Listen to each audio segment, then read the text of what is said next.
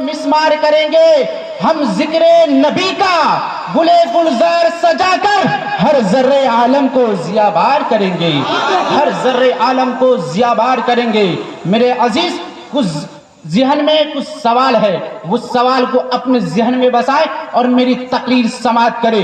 جب بھی ربیع الاول کا وقت آتا ہے، جب بھی ربیع الاول شریف کا مہینہ آتا ہے، کچھ ایسے لوگ ہوتے ہیں جو یوٹیوب، انسٹاگرام، فیس بک، واٹس ایپ میں دوڑ دوڑ کر کے یہ کہتے ہوئے نظر آتے ہیں کہ یہ کس کا جشن منا رہا ہے، یہ کس کا میلاد کر رہا ہے۔ یہ میلاد کرنا حرام ہے، یہ جشن منانا حرام ہے، یہ بدعت ہے۔ لیکن مسلمانوں سنو، اگر تجھے کتاب پتا ہے تو کتاب مطالعہ کرو گے تو تجھے پتا چل جائے گا کہ کسی چیز کو حرام کہنے کے لیے نص قطعی سے دلیل چاہیے۔ اگر نص قطعی ہے تو ان چیز کو آپ حرام کہہ سکتے ہیں۔ اگر ہم ہی پلٹ کے ان کو کہہ دے، اے لوگ تم کہتے ہو میلاد کرنا حرام ہے، جلوس نکالنا حرام ہے، میلاد شریف میں جانا حرام ہے، دکھا کہاں پر اللہ نے کہا ہو کہ میلاد میں مت جاؤ، جانا حرام ہے۔ جہاں پہ اللہ کہا ہو کہ میلاد کرنا حرام ہے، جلوس کرنا حرام ہے۔ اے میرے عزیز،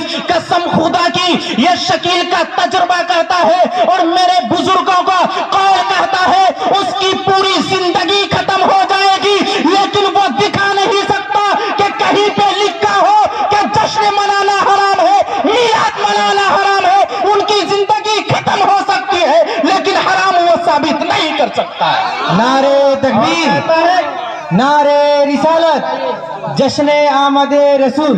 آواز کو کھولیے۔ اور کہتا ہے نبی کا جشن منانا حرام ہے، جلوس میں جانا حرام ہے۔ آج یہ شکیل حدیث سے بھی، قرآن سے بھی ثابت کرے گا اور حدیث سے بھی اور اقوال سے بھی کہ جلوس منانا چاہیے، اور منانا یہ ہمارا ہی نہیں بلکہ رب کائنات کا طریقہ ہے کہ یہ سبحان اللہ۔ میرے دوستو، آمد مصطفیٰ کانفرنس ہے، پیچھے لکھا ہوا ہے، دیکھیں آمد مصطفیٰ سنیں اور میں ثابت کر کے جاؤں گا۔ اللہ پاک قرآن مجید میں ارشاد فرماتا ہے، وَمَا أَرْسَلْنَاكَ إِلَّا رَحْمَةً لِّلْعَالَمِينَ، اے میرے محبوب، ہم نے آپ کو سارے جہان کے لیے، سارے کائنات کے لیے، سارے ورلڈ کے لیے، سارے دنیا کے لیے رحمت بنا کر کے بھیجا۔ اے میرے عزیز سنی مسلمان بھائیوں، آمد مصطفیٰ میں تشریف لانے والوں، اس آیت میں اللہ نے میرے نبی کو، میرے رسول کو کیا بنایا؟ رحمت بنایا، رحمت بنایا۔ آپ یاد رکھے، بنایا کس کو؟ میرے نبی کو۔ بنایا کیا؟ رحمت بنایا۔ صرف یاد رکھے، میرے نبی کو اللہ نے رحمت بنایا۔ اور دوسری جگہ اللہ یوں ارشاد فرماتا ہے، قُلْ بِفَضْلِ اللَّهِ وَبِرَحْمَتِهِ فَبِذَلِكَ فَلْيَفْرَحُوا۔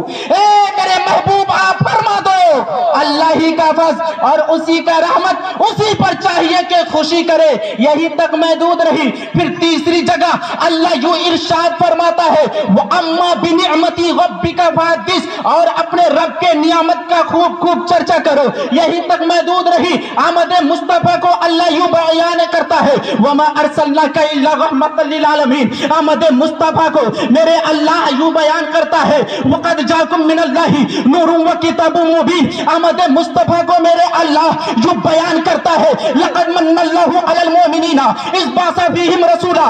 آمد مصطفیٰ کو میرا اللہ یوں بیان کرتا ہے، وَأَمَّا بِنِعْمَتِ رَبِّكَ فَحَدِّثْ۔ صرف 4 ہی آیتوں میں نہیں، 5 ہی آیتوں میں نہیں، بلکہ قرآن کی 6666 آیتوں میں میرے نبی کے آمد مصطفیٰ کو الگ الگ طریقے سے بیان کرتا ہے اور اپنے بندوں سے کہتا ہے، اے میرے بندوں، اگر تم پر کوئی احسان عظیم ہے، بڑا احسان ہے، تو وہ یہ ہے کہ ہم نے تم پر تمہیں میں سے میرا پیارا محبوب نازل فرما دیا۔ نعرہ تکبیر، نعرہ تکبیر، نعرہ رسالت، نعرہ رسالت، علماء اہل سنت زندہ باد، زندہ باد۔ اللہ نے میرے محبوب کو رحمت بنایا اور اللہ نے کہا کیا؟ قُلْ بِفَضْلِ اللَّهِ وَبِرَحْمَتِهِ فَبِذَلِكَ فَلْيَفْرَحُوا۔ اللہ ہی کا فضل، اسی کا رحمت، اسی پر چاہیے کہ خوشی کرے۔